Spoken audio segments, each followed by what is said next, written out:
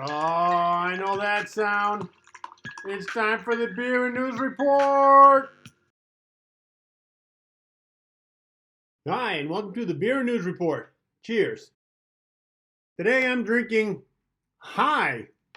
This is an apple cider from Ace Cider Company right here in California. I thought it was appropriate because that's what you're going to think once you see what I talk about in this show. But first, the cider. This is really good.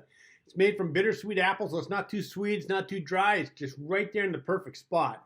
It's got a little kick to it, being 8.4% alcohol, but you don't really notice it.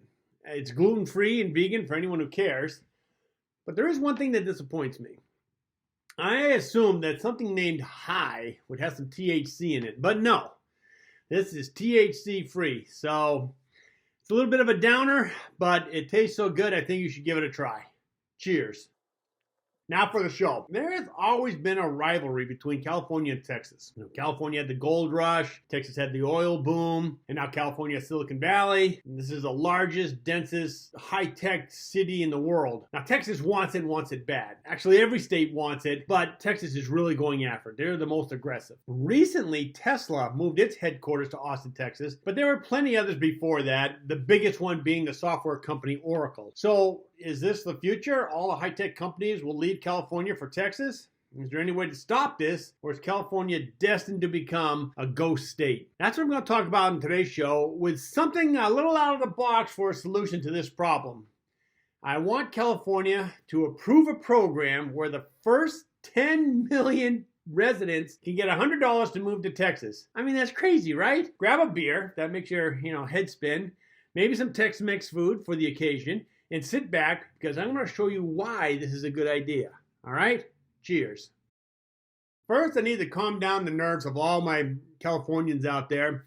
We're not going to become a ghost state. While high-tech is important, it's not our biggest industry. Agriculture is. When most people think of California agriculture, they think of Napa Valley and all the vineyards out there, right? I mean, who hasn't gone there? Mainly for the wine tasting and remembering all the good times that it was? Yeah. Been there, done that. But it's more than that. California's agriculture industry is worth about $50 billion. For instance, 100% of all the commercial almonds in the United States, and it controls 80% of the world almond market. More recently, California is one of the top producers of cannabis, otherwise known as marijuana or pot, but you probably already knew that. There's probably something here that you didn't know. Tomato sauce. Hey, wait a minute. I thought tomato sauce came from Italy. No. California is the largest producer of tomato sauce and controls about 30% of the world market. All in all, California produces 400 commodity crops using about 70,000 farms and ranches on over 25 million acres of land. That's why it's a $50 billion agriculture market. But there are other markets too. When you think of movies, you think of Hollywood. But they do TV, music videos, cartoons, and of course, porn. Don't look at me that way. You know it, your wife knows it, even your kids are wondering, what is daddy watching? Anyway, Hollywood is almost a $50 billion market. But there's more. California is a big oil and gas producer. If you don't believe me, take a tour of the La Brea tar pits in LA. Finally, while there are many more industries in California, I'm ending on tourism. We have Disneyland and Universal Studios. There's the San Francisco Bridge and Alcatraz, Lake Tahoe, Yosemite, and many more sites as well as sports teams. In fact, California has 21 professional sports teams, more than any other state. With all these industries, California has over $3 trillion in GDP, which ranks it, if you were to make it a country, as the world's 5th largest economy, just above the UK and below Germany. All right, California. Cheers. So what's going on with Texas and the movement of high-tech companies over to there? Texas is luring California companies by offering a business-friendly environment with low taxes. Texas doesn't have a state income tax, whereas California's state income tax varies between how much you make and goes high as 13.3%. As you know, high-tech workers get paid a lot, especially with stock options. If you were working at Tesla, you already know that your stock went through the roof. Most likely, you are paying California's highest tax rate. So high-tech companies are moving to Texas because it makes business sense. Also, California is very liberal and environmentally friendly state, which places a lot of restrictions on companies to prevent them from hurting nature. Texas is oil country. While nature is nice, oil comes first. And then other companies, and somewhere down the list is nature and the environment. All this plays into lowering restrictions on companies, and it's working. Companies are moving to Texas. Not to mention that Texas is bigger in area than California, so there's a lot of cheap land out there. It looks like Texas has California by the, as my Mexican friends would say, cojones. Yeah, cheers. So what can California do? It provides too many services to lower its income tax. Californians want to keep protecting the environment, so loosening corporate restrictions won't happen. Are we destined to lose to states like Texas? Not necessarily. One of the biggest problems California has is housing. The price of housing in California is sky high. For example, the average house in San Jose is $1.5 million, and in San Francisco, it's $1.3 million. Now, according to Zillow, the total value of California housing is over $9.24 trillion. Now, compare that to all the housing in the United States, and that's total value is $43.4 trillion. So that means that California accounts for a little over 20% of the U.S. housing market. Now, that's a lot of money. Because our housing is so costly, it causes another problem: homelessness. California has the highest rate of homeless people in the nation. Estimates are that California needs about 4 million new homes to be built in order to meet the need for housing. So on average, California constructs about 100,000 new homes each year. So to reach 4 million, it'll take us about 40 years. Obviously that won't work. So what's plan B? Well, let's have a drink and talk about it. Cheers.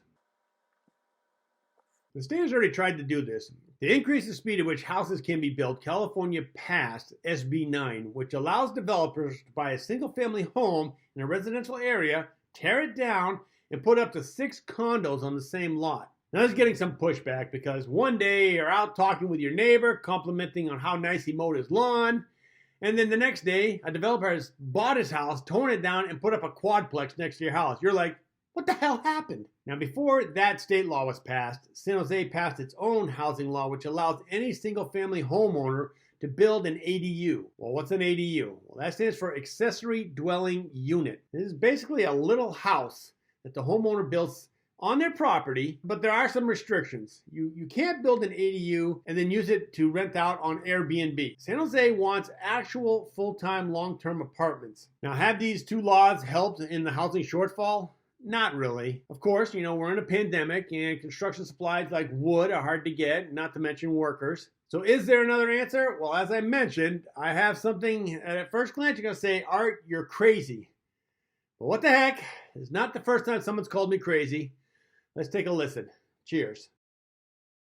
I think the easiest way to ease housing and get Texas off our back is to start an incentive program to move 10 million Californians to Texas. I'm serious. Let's offer a nominal amount like $100, right, to anyone who wants to move to Texas. That means this problem, if we get all 10 million, is going to cost $1 billion. But hey, big problems cost big dollars. Now, $100 isn't that much, so most likely we won't get 10 million people to move. But that's not the point. What we're trying to do is to scare the hell out of Texans. When they hear that 10 million Californians are going to move to Texas, they're thinking, oh my God, the Democrats are going to take over. Texas will become a blue state. Also, the price of housing in Texas is going to skyrocket because the average value of a California home is twice that of a Texan home, as shown on this chart. So a Californian can move to Texas and buy 2 houses, one to live in and one to rent.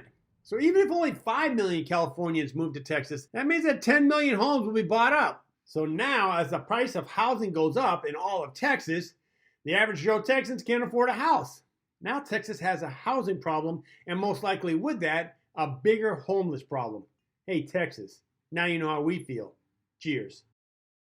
Texans are going to go berserk on Californians moving over there. They're going to get so mad that the state government will stop trying to entice California companies to move over there because this will bring more California workers with them. California companies are also going to see how angry the people are and think twice about moving to Texas, which is what we wanted in the first place. So what happens to California if people move? Again, it's highly unlikely that all 10 million people will move, but let's say 2 million people move in 1 year. Well, then we've cut the housing shortage in half. Now we only have to build 2 million houses. That means that 2 million Californians will have sold their house so that there will be a cooling in the housing market.